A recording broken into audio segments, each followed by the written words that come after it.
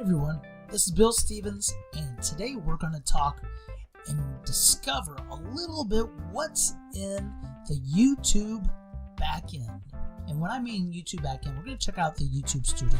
So let's get started. Okay, and as you see right now, we are currently on the YouTube main website. So we went to youtube.com and I am logged in. If you notice, my icon is set in the upper right hand corner. I'm going to go ahead and select that, and we're going to go down to where it says YouTube Studio.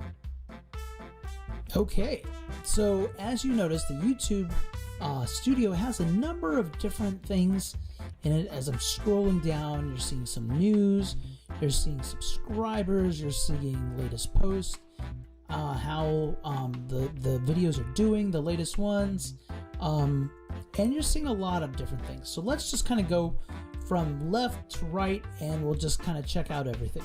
So just starting from the upper left, we have a little icon. This is our profile picture, and this shows us, you know, the option to click it gives us the opportunity to go to our actual YouTube channel. We're going to hold off for that right now. So we are in the dashboard selection of the channel. So let's go ahead and just kind of look what's in the dashboard here. So again, as we notice, we have the latest video and how it's doing. We have the option to go to video analytics of that particular video. We're not going to do that right now. Again, we have our published videos, latest posts, and these are good to kind of keep an eye on. Okay, you can also go to community tab, which is a newer option, and you actually do have to have a certain number of subscribers to get that. I am actually not sure what that is at the current moment, because on occasion YouTube does change its requirements. As you can tell, I have 5,221 subscribers. I can go up or down, and it just kind of gives me the basic stats. So let's go now to content. Now, content, as you might have guessed, is all about the things that you upload. Okay, so we have the normal videos. So these are often videos that are 60 seconds or longer. Okay, you see the visibility. Is it public? Is it private? Is it unlisted? Is it made for kids? This is an important thing. Some videos are made for kids, some are not. Okay, when it was published, the number of views, and they can vary for various reasons. We got 958, we have 8 on another one, 459, and likes versus dislikes. And keep in mind this, when it comes to visibility, likes and dislikes are valuable. So keep that in mind, in addition to other comments. Okay, if you notice, we also have another tab. We had videos, now we're going into live. And live are basically live streams. And you notice I haven't done a lot of live streams. The numbers are considerably lower than the videos. That's just because I don't do them very often. Okay, but the same basic setup is here. We also have posts. And later on, as you get subscribers, you have the ability to send posts to your community. These would be your subscribers. You also get to see how your playlists do. Playlists are groupings of videos that you put together so that you hope for a bulk or binge watching of certain people on YouTube. The more people that watch your videos, the more you make if you're monetized, or the more subscribers you could potentially make. And you also notice I have, this is TubeBuddy. It's a paid subscription that helps with other tools. This is paid, but it gives you other little tools that help you as a content creator. As we go down, we're going to go to analytics over here on the side. And if you notice the analytics, we have some basic watches. So we got views and January 15, January 20th, how many watch time hours within the last appears to be 28 days. Okay, and how many subscribers have you gotten within the last 28 days? If you want something that's more real-time, over here on the side, we have the real-time updating. So 2,759 views in the last 48 hours. Okay, and again, a lot of this is also repeated. So here's some content that we've had in the past. You can click it. By looking at your content analytics, you can kind of see what is working and what kind of video are people attracted to. For instance, I'm looking here, and I'm looking at the average viewer duration.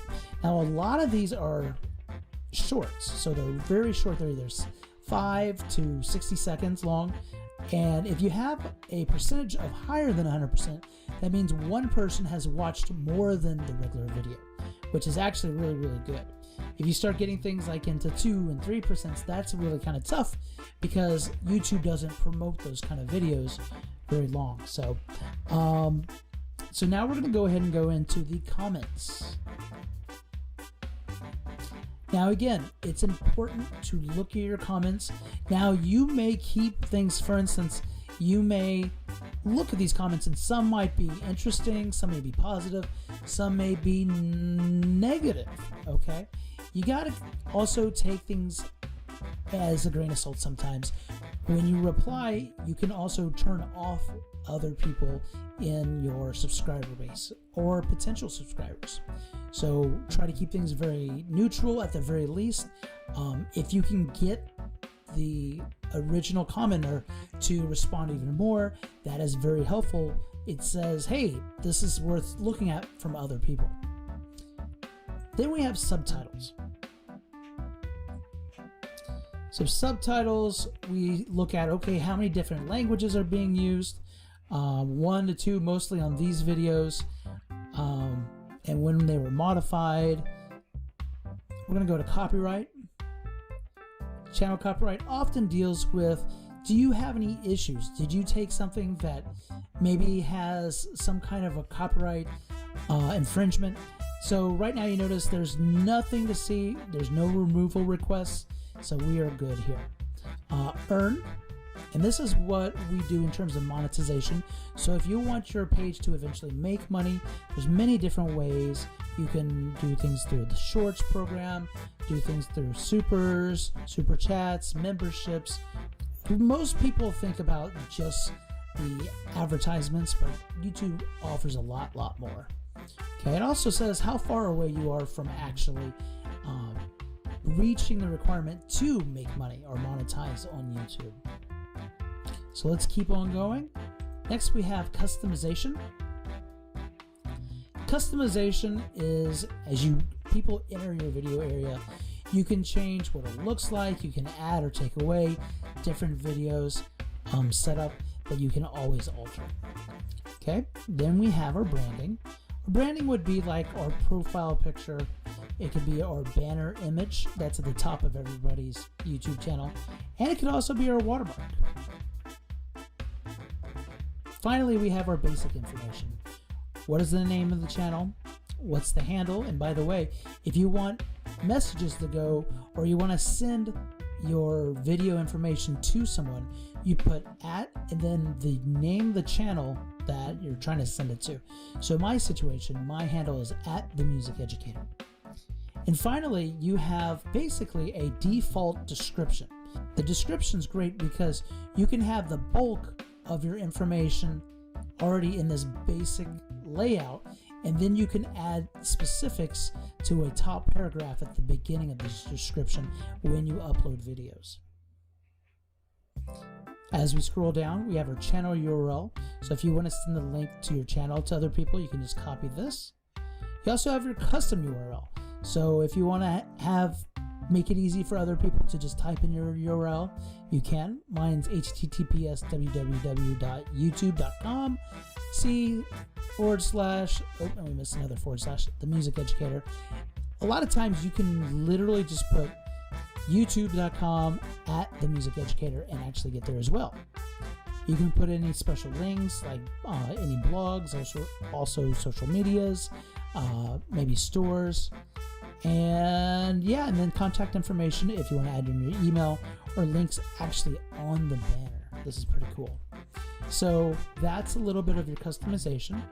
Now here's a feature called the audio library, and YouTube has been working on this over and over again, and you can use a music library free of charge from YouTube, and you can also use sound effects, and you can find the ones you like, star them. So let's listen to this real quick. Kids playing.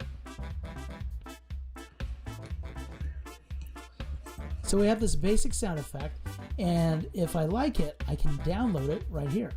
I'm not going to do that right now, but you can do that, and then you can start it, and say you have music or sound effects that you really like, you can keep it here. It's kind of like a favorites. So, and as we continue to scroll down here, we have send feedback. So if there's some kind of issue that you need to discuss with YouTube, or maybe a recommendation, you can send it feedback that way.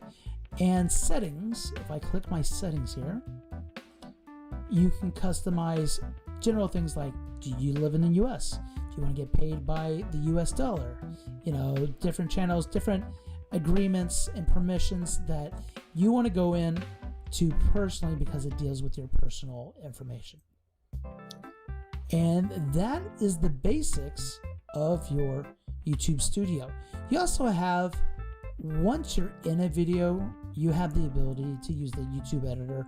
And we're going to talk about that a little bit later, but check out your YouTube Studio. It is a fantastic tool. It's a great place to really collect a lot of your information. And finally, you have some of the final and probably the most used tools. You have the upload video, you have the live or go live button, and you have the create post. And that's essentially it. Thank you for watching, and we'll catch you next time.